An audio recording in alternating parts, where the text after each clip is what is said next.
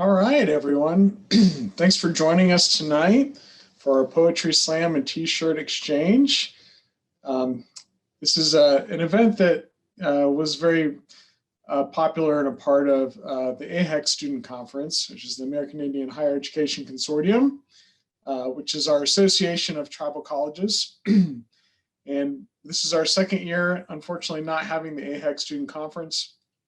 We were looking for a way to bring a little bit of that feeling to you where you're at, and also to, provide some community, provide some support for each other. Hope your semester, your quarter is going well. And we got a lot of students to volunteer to share some of their work, share some of their feelings, their heart through their poems. We have students from a lot of different schools. And we're going to share a lot of those, but I want to start this event in kind of the best way possible, which is to have actually a welcome and a prayer from our CEO, Cheryl Crazybold. She was generous enough to film a little welcome and recording for us. And I'm going to play that for us now so we can start this event off right.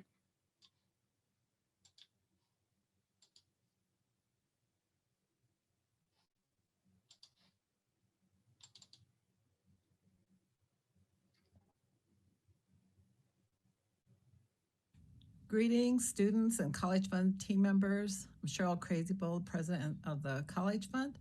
Just real happy to welcome you this evening to this wonderful event. I hope that all of our students have that opportunity to interact with each other and enjoy each other's company. We want you to be motivated and inspired by each other and by your own desire to get a good education and do really good things for your family and for all of our people. I want to take a moment to offer a prayer. I ask you to each pray in your own way. I want to ask the Creator to give all of us good health and happiness, watch over us, and help us to find the resources that we need to have all of our needs met. I pray for all of our family members and our community members. Ask that you give strength to those who are sick, give peace to those who are mourning. Help us to remember all of our relatives that are unsheltered, all of our relatives who might need food, or energy assistance, or other kinds of things, that they are able to get those things that they need. I never forget our relatives that are in the service, are behind bars, all the people that are missing their families. I want to pray for them and pray that they have a good journey, that the work that they're doing gives them the result that they want, and if they're alone or lonely, that they find peace in their hearts. I want to also pray for all of our leaders. Our leaders really need good hearts and good minds. So I ask the Creator, I ask Oglala to watch over all of them and help them with the work that they have to do. Midakuyasi.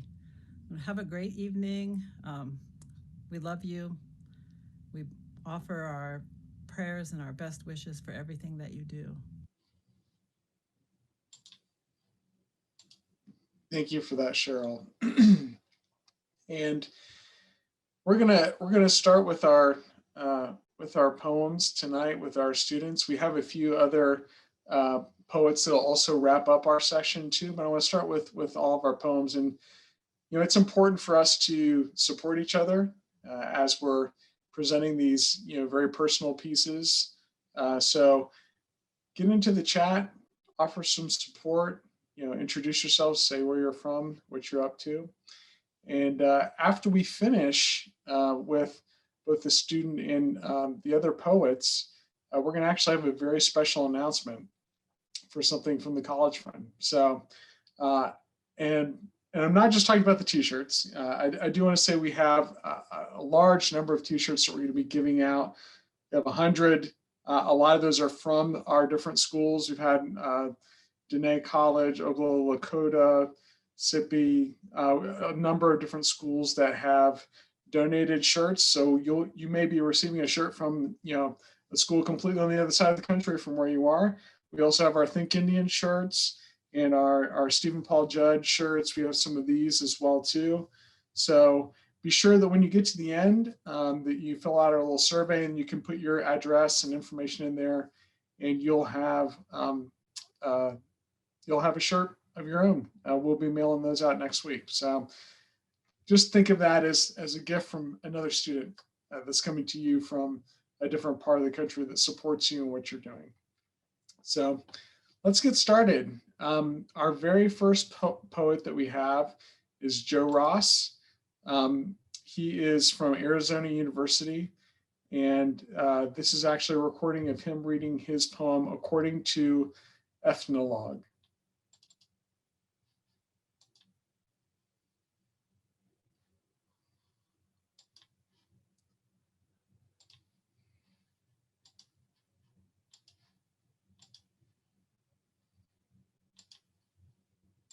Bits and bytes and packets and strings, PDF and SQL, all kinds of things, Python and COBOL, Java, C++. These modern languages are new to all of us.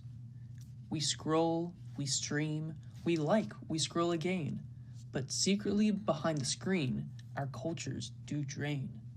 Navajo, Cherokee, Muskogee, Dakota, Hopi and Zuni, Karis, Lakota, our stories, our history, the languages of us all, the voices of our heritage are all soon to fall.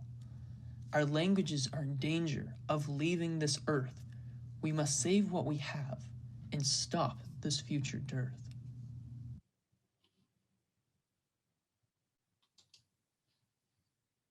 Thank you for that, Joe. So our next poem is from Joyce VanDyke. We, the Epi Tepi Kumeyaay, are still here, whether or not you want to cheer. Inclusivity in these United States is a thought that's great, but let us not forget the Epi Tepi Kumeyaay. It's not too late. We began here in these now United States with our oral history. We have shared our songs and creation stories, therefore it's no mystery. In the government's eyes, no matter the human cost, so much land and acknowledgement we have lost. I accept the loss of generational wealth. You didn't even try and be stealth. The emotional weight of these intense classes reminds me of all the Sunday masses. These feelings going up and down of all that happened in this town. The toll of the weight is so heavy, the feelings fall like a broken levee. And here we are with generational trauma. Neither I nor others asked for this drama. From the first meeting with no land acknowledgement, as if Epi Tepi Kumeyaay don't exist. This very type of agenda, with all my might, I will resist. I am alive despite my ancestors' adversity and the many shed tears. We, the Epi Tepi Kumeyaay, have suffered so much throughout the years. I ask, why don't we live at the beautiful La Jolla Beach? Oh, that's right. From heathen to Christianity, you had to teach. Although born here, my own grandmother was not recognized. She later had to be naturalized. Through it all, my grandmother held a lot of hurt. The only job she could get was in Cosoy and sweeping this San Diego dirt. Despite all that, Grandma held her head high. In her honor, I pray to the sky. Grandma showed I feel gratitude. All the while, some have an entitled attitude. Everything she went through was not in vain. She was beautiful, strong, and resilient despite the pain. It's that resilient spirit within that she maintained. Because of her, my voice will not be contained. The people in government pushed the Epi Tepi Kumeyaay south as well as into the rocks. They sent many to their assimilation schools only to chop their sacred locks. Grandma's firstborn went to one of those schools. It was there she had to abide by all those rules. They banned our language and our song. It was home in her heart for which she would long. My father began with gang-banging, midnight auto, and picking strawberries in the NorCal fields, but in the end was blessed with the military and 3 square meals. A Euro-American he wasn't allowed to meet. If he was walking downtown, he was required to cross the street. For 20, honorably he served with a top-secret clearance. Grandma, being a naturalized citizen, caused interference. Despite all your U.S. history books with all of those lies, there are trust, treaty, and fiduciary responsibilities that to this day are the ties. We are the original indigenous to these now United States. We will not let you forget all those United States treaties and their dates. Embedded within our DNA is all that our U.S. tribal ancestors went through. Rest in peace, all those lives lost, even the 38 plus 2, all for me and you. From missions and Catholicism you tried with all your might to kill off my ancestors you viewed as not right. For years you dished out disrespect. From here forward I will not readily accept. I have within my ancestors' resilience and strength. To be seen and heard, I will go to any length. From them you stole, and even now you act cold. Our Ipai, Tipai, Kumeyaay started here, and even ended up south. Hear them when they open their mouth. They deserve to be dual citizens, even more so than any other. We share the same DNA. Their ancestors were my ancestors, sister and brother. The Ipai, Tipai, Kumeyaay, we are one in the eyes of the Creator. Your border was the delineator. The generational trauma at the hands of the U.S. government is real. Once and for all, don't act like it's no big deal. Me being here is a miracle, a gift. My peers, I am here to uplift. At the hands of the U.S. government, our U.S. tribal ancestors had to be strong for all those years and years long. I will not allow you to squash my voice. My ancestors and all they endured had no choice. Their blood runs through me. I just want you to see. Your history book lies are inspiring, although telling my ancestral story is tiring. I am still breathing and walking. Stop and hear me when I'm talking. I am Kumeyaay, Ipai, Tipai, and I am still here, whether or not you want to cheer.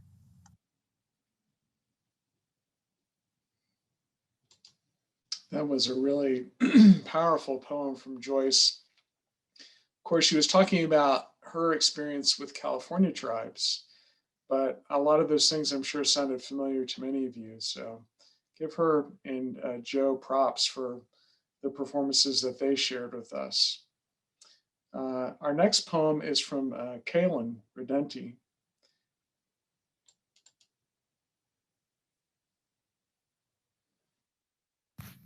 As I write, your words linger on my lips, as memories unsure of where to be heard. You speak as though you know that my pains and my joys are feeding each other, constantly dancing just long enough to heal each other, just enough steps to appreciate the rhythm itself.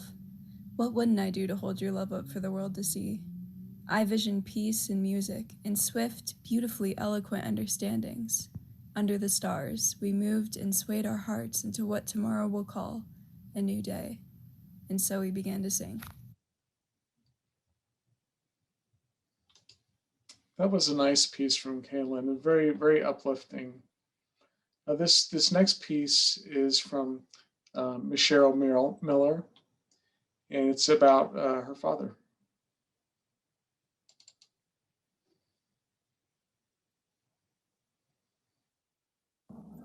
When I lost you, the time we talked, I knew that it would be our last. Our time was up too fast. You were the only one left. In cedar smoke and Navajo prayers you were kept. In a place where the living cannot go. How much you are missed, you will never know. My strength, my connection, and my father.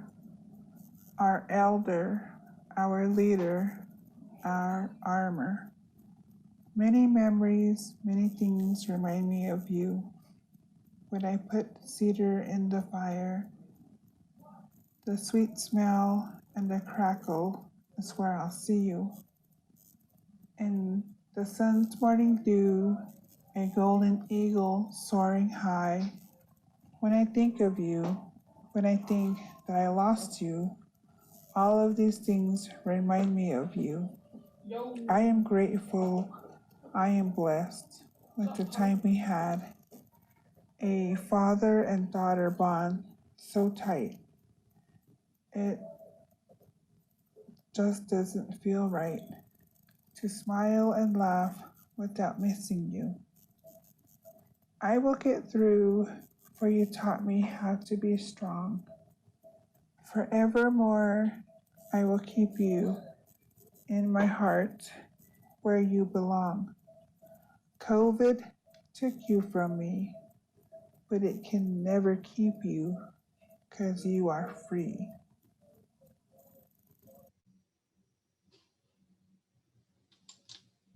That was beautiful.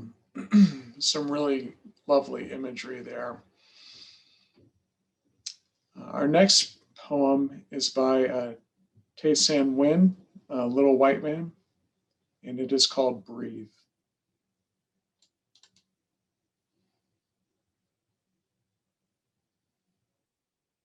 There's so much in life we forget about. We forget to stop, feel, and just see. No thinking, no questioning, no doubting, just seeing and feeling. Whether it be the snow, the snowflakes, those fluffy ice crystals grasping each other so tightly, graciously descending. Watching the rising sun, the hue of color. From midnight blue and deep, deep purple to an ever-changing shade of gray-blue, making its transition into its brightest form. The life that surrounds us, the physical emotions of the sky, ground, atmosphere, they too are forever collapsing, forever being eaten by their chaos, but they do not let it consume them. For every destruction they meet, they consent. Whether the darkest of nights are madly in love with its depths, it always makes room for itself to breathe. When the sky gently cries its softest tears, screams its loudest roar, so loud we feel the collapsing beneath our feet. Sometimes when we ourselves are collapsing, when we are being swallowed by our chaos, falling madly in love with our depths, we forget to breathe. We forget to feel even when all we can think of is that. Our veins are the roots to our system. Like a tree, we are forever growing. Layer by layer of bark we create is not shield, but each undying moment we've broken down into our purest of forms. Each layer of skin, each texture of pain, we've created subconsciously. Like trees, we too have layers at our core, layers we've built of each collapse, each breath we forgot to take. When the river meets an obstacle, it does not give up flowing, it keeps pushing until its obstacle is submerged, refusing to build up its frustration. We forget to keep pushing. We are not our faults or imperfections, nor are we our successes or achievements. Why must we be so focused on who we are? Our identity is without us, surrounding us, with every rising moon and setting sun. Sun and moon pay little attention to their faults, to their successes. They are more focused on loving each other so selflessly, giving each other a chance to just breathe. As fire meets Mother Earth, we only see destruction, the swallowing of something beautiful. Fire is beautiful. It helps remind us our destruction must also be acknowledged.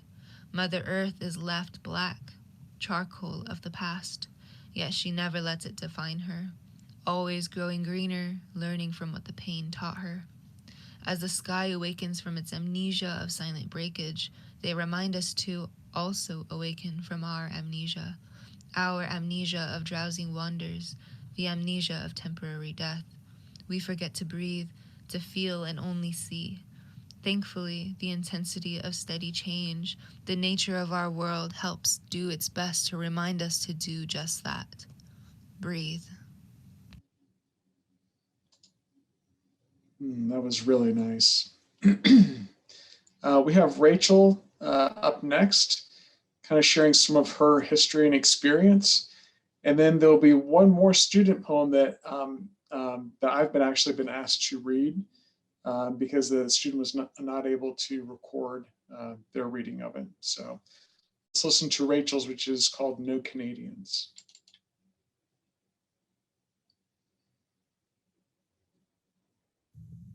It was the 60s. I was 7 and just learning to read. As my father drove across northern Minnesota, I read each roadside sign to practice my reading skills. Every cabin-style motel in Bemidji had a shiny new sign hanging beneath the older business signage. The signs cryptically stated, "No Canadians." From the back seat of the rusty Rambler, I asked my father, "Why don't they want Canadians?" In the rearview mirror, his dark brown eyes filled with sadness. "They don't mean Canadians, they mean Indians," he said. It explains so much. Why we had to drive so far for some place to spend the night. Why we couldn't stay in one of those cute little cabin-style motels. Despite the recent passage of the Civil Rights Act, some things were not quick to change.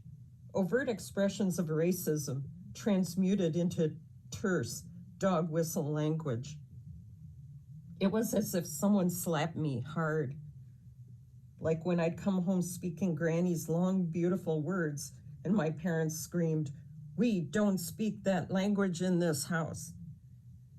This is the great America that some wish to return to today. A world where a child is slapped for speaking an indigenous language, and the motels say, "No Canadians."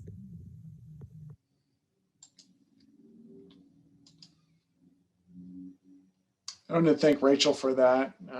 She was a little hesitant to share with the group, but I think that what she's provided to us is, really telling of the traumas and different obstacles that have been faced and what that means to all of us as we move forward. That last poem that I wanted to share from a student is from Donovan. He is an IAI student, and it is called Every Moment. It's Donovan Willetto. I often thought that if I planted a seed of any kind, I would have bared fruit, plentiful, ripe, uninflected by greed, not one would take from another's root. How much time I intended for one, being the cream of the crop, was never meant for all others to rot. If it be a flower, I made you to love. When ripened enough to sell, I give you open-heartedly, I love you. Of the wilted flowers I now cower to, I wanted purpose, but instead fail. So in my darkest times of much need, wilted flowers line my windowsill. At the dusk of my own life I now bleed, from the heart on my sleeve ever still.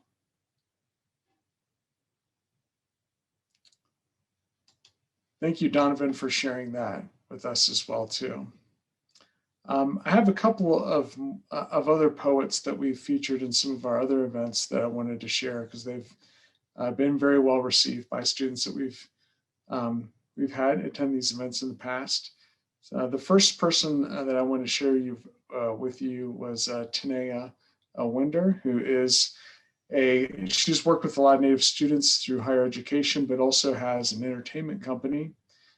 She herself is a poet, a singer, songwriter, and performer, and helps other Native artists to kind of get their words and messages out. So I'm going to let her share a few poems with you now.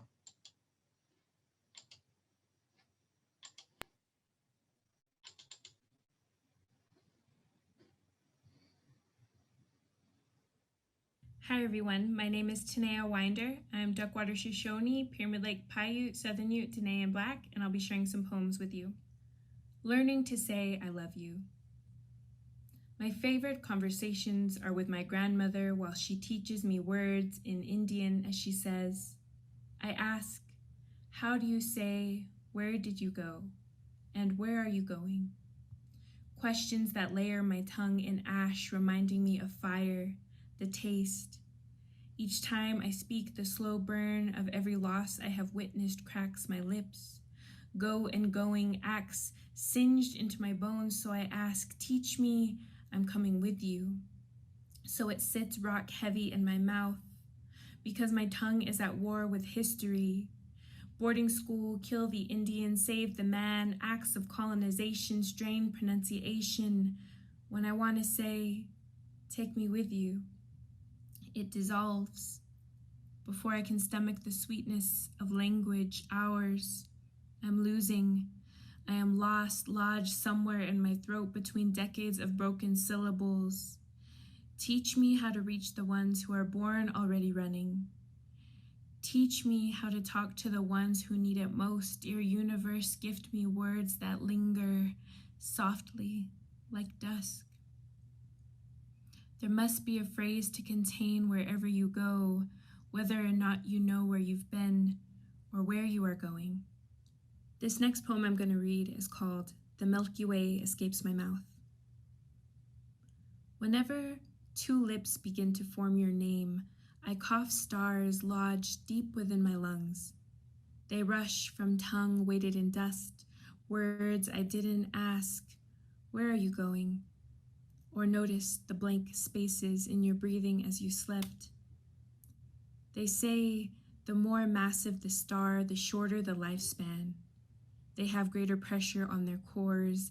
Yours burns so brightly, I should have known you'd collapse. Disappear into image, a black hole dissolving trace amounts. I am left stargazing.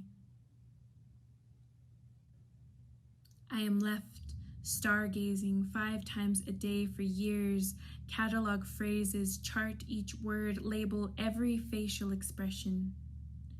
Telescope until my eyes bleed, constellations, even then I can't navigate my way into understanding light years, how we let darkness slip in. Is it madness to wonder if it ever really happened?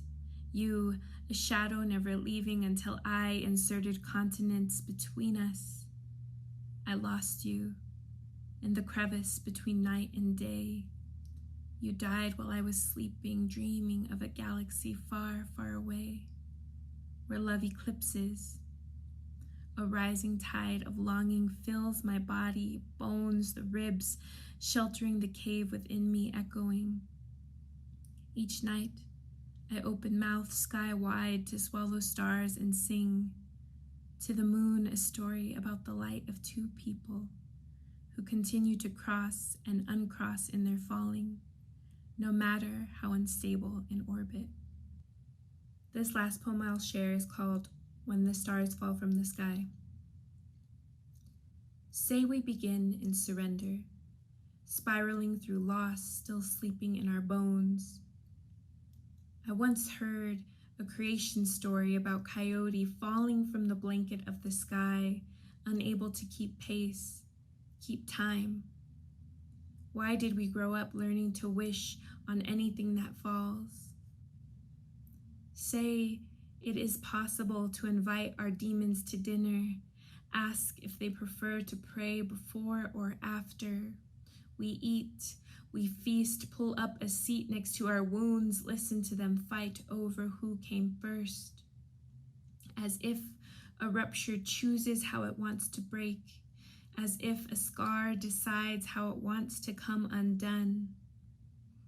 At the dinner table, your belly swells with rage as if to say healing is pain demanding a seat at the table, as if to remind you you cannot forgive your ghosts until you stop grieving them.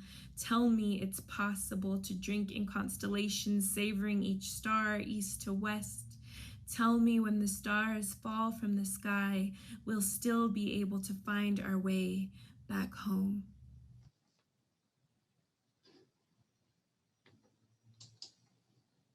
That was a great welcome performance from Tanea. You can learn more about her and her company, Dream Warriors Management. And she's actually returned to her homelands down in New Mexico. We wish her the best. And we have one last poet that we're going to share with you, Dr. Lee Francis, who runs Red Planet Books and Comics, and is also the founder of Native Realities. We're going to share a few poems from him. And then we want to thank all of our poets that have contributed to this event.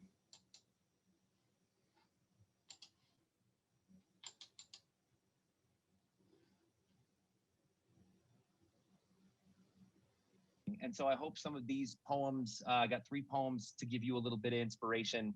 and to send you out with good spirit. So the first one's called Indian Moon. Grandma never called it a harvest moon. Always said it was an Indian moon because it reminded her of her first love. Tall and handsome Choctaw boy from on past Anadarko.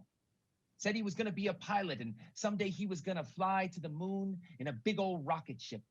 Leave the dust of this old dragon rodeo, this old stone-fisted tin town hard beneath his feet, kick off and just fly, fly, fly.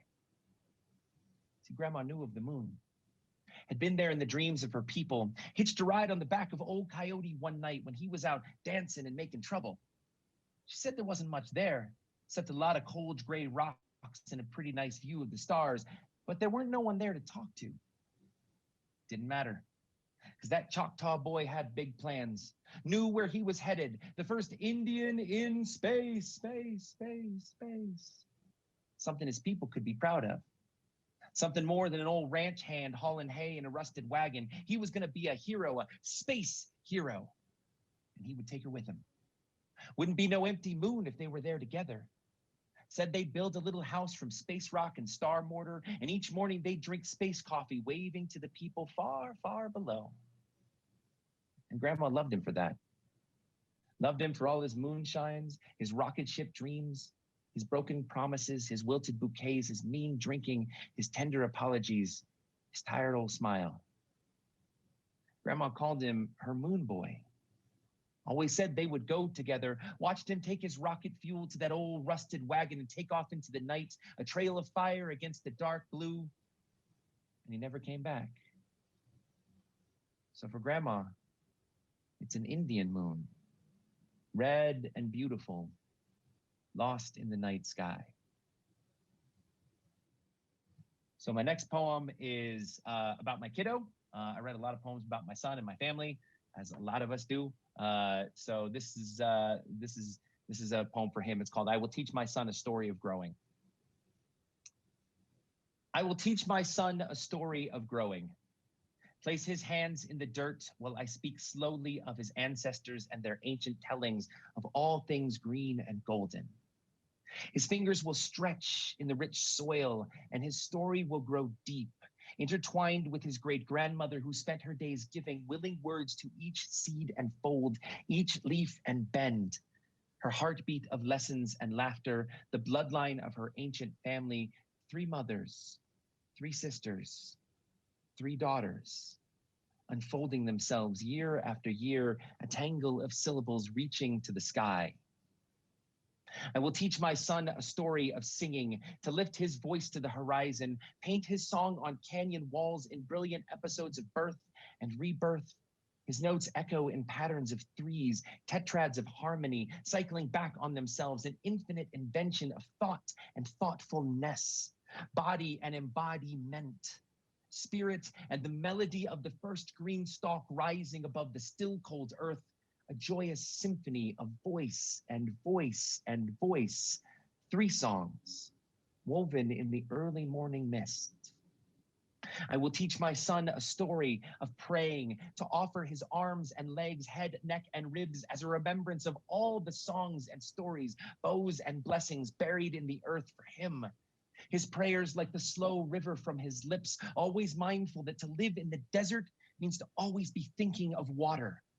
To remember that we are of the sea and our sisters are a gift of the rain. I will teach my son a story of dreaming, to plant his night fields in moonrise furrows, digging his fingers and toes into a time when time washes away in streaks of sunset slumber, a time when time uncurls broad leaves to catch the first sun in its green arms, simple and warm, like the first fire brought to us in the time before time, when we learned our stories on the backs of our tongues, and we dreamed together in 3s, 3 stars, 3 hearts, 3 hands, forever connected. I will teach my son a story of growing as they taught us in the long ago time, 3 sisters, generous and divine. We will invite them to our graceful harvest, Share our stories of time and toil and hands pressed to the earth, our spring intentions, our whispers of rain, our indelible sacrifice of minutes motionless in the starry fields, waiting hushed and hesitant for the nascent story to begin again. A story of the body, unbroken, unending, cord wrapped around spine, veins and organs, breath and heartbeat. A story of remembrance, of resistance, of resilience, survival on sunburned rock, bent back and finger cracked, parched and precarious, balanced on the edge of here and the beyond place where existence and story are one and the same. That place where three sisters sit easy beside a small river, their faces angled to the sun, fingers intertwined, waiting for us to teach our children a story of dreaming, a story of singing, a story of praying, a story of growing.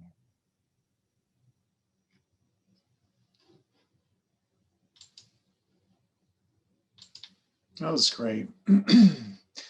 And let's thank all of and recognize all of our poets. We had Joe Ross, Joyce VanDyke, Kalynn Redenti, Micheryl Miller, Tay San Win Little Whiteman, Rachel Peterman, Donovan, and of course, Tanea and Lee. They all were very generous in offering just a little time for us to get away from what we're doing, for us to reflect. There's pain, but there's also promise in what they have provided. And that's really what this is about. This is us being here to support each other and celebrate each other with the art that we create that helps us tell our stories, helps us to deal with trauma, helps us to think about the promise and hope of our lives and the lives of our families and communities. So just want to thank all of them for being a part of this and for sharing. It's very important.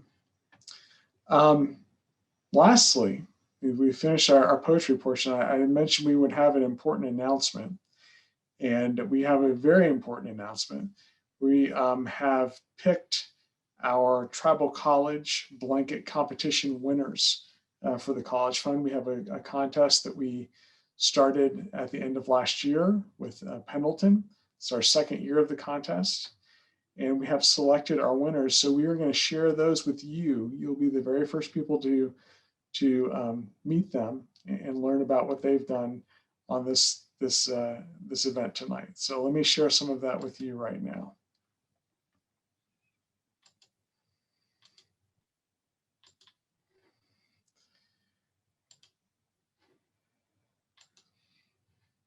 So with our contest, this is something that is open to all Tribal College students. There are 3 winners that are selected each year, and then the top winner, their blanket design is actually produced by Pendleton, and the sales of that benefit the College Fund and all the Native students that we're helping to fund for their educations. So our 3rd place winner is Troy Tso from Dene College. He actually put together a design with a Hogun-based theme with the different geometric patterns reaching out that showed outreach to veterans and homeless and those in need. So our 2nd place winner was Willow Kip from the Institute of American Indian Arts. She designed a very unique, colorful layout that had very specifically selected colors to represent her tribal and cultural experience. It included the loon, what most people would see as a duck, as the main focus of her design. And then the winner of the contest was Chelysa Owens from Fort Peck Community College. And she developed a design which we'll share with you right now. It's a design that had a unity theme.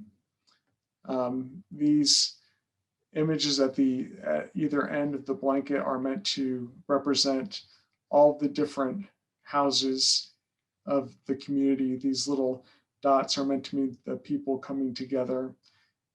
And then this horse is also a symbol of unity for all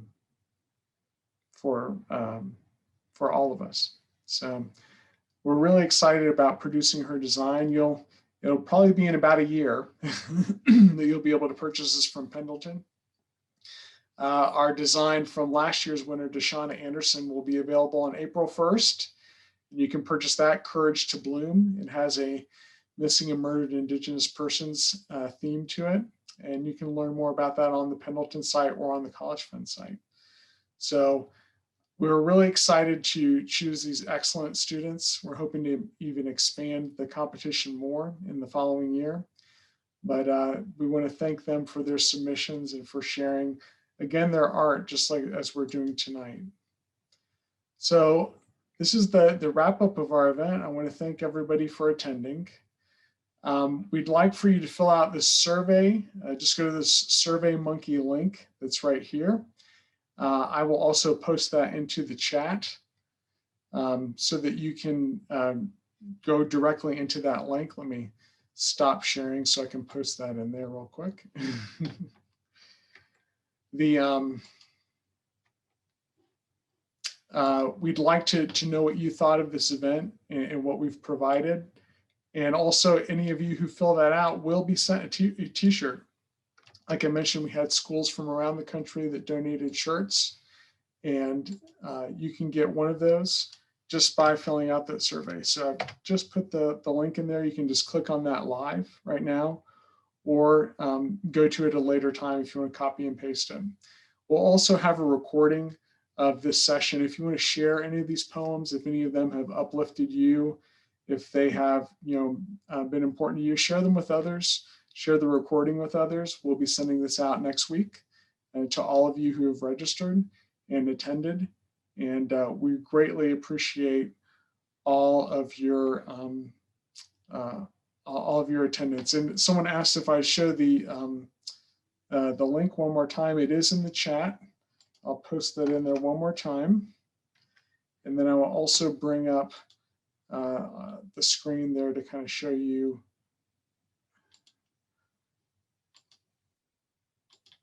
There is the link again too, if you want to write it down. So I know that it's tough for all of us in different ways. Some of us have lost loved ones. Some of us are just isolated.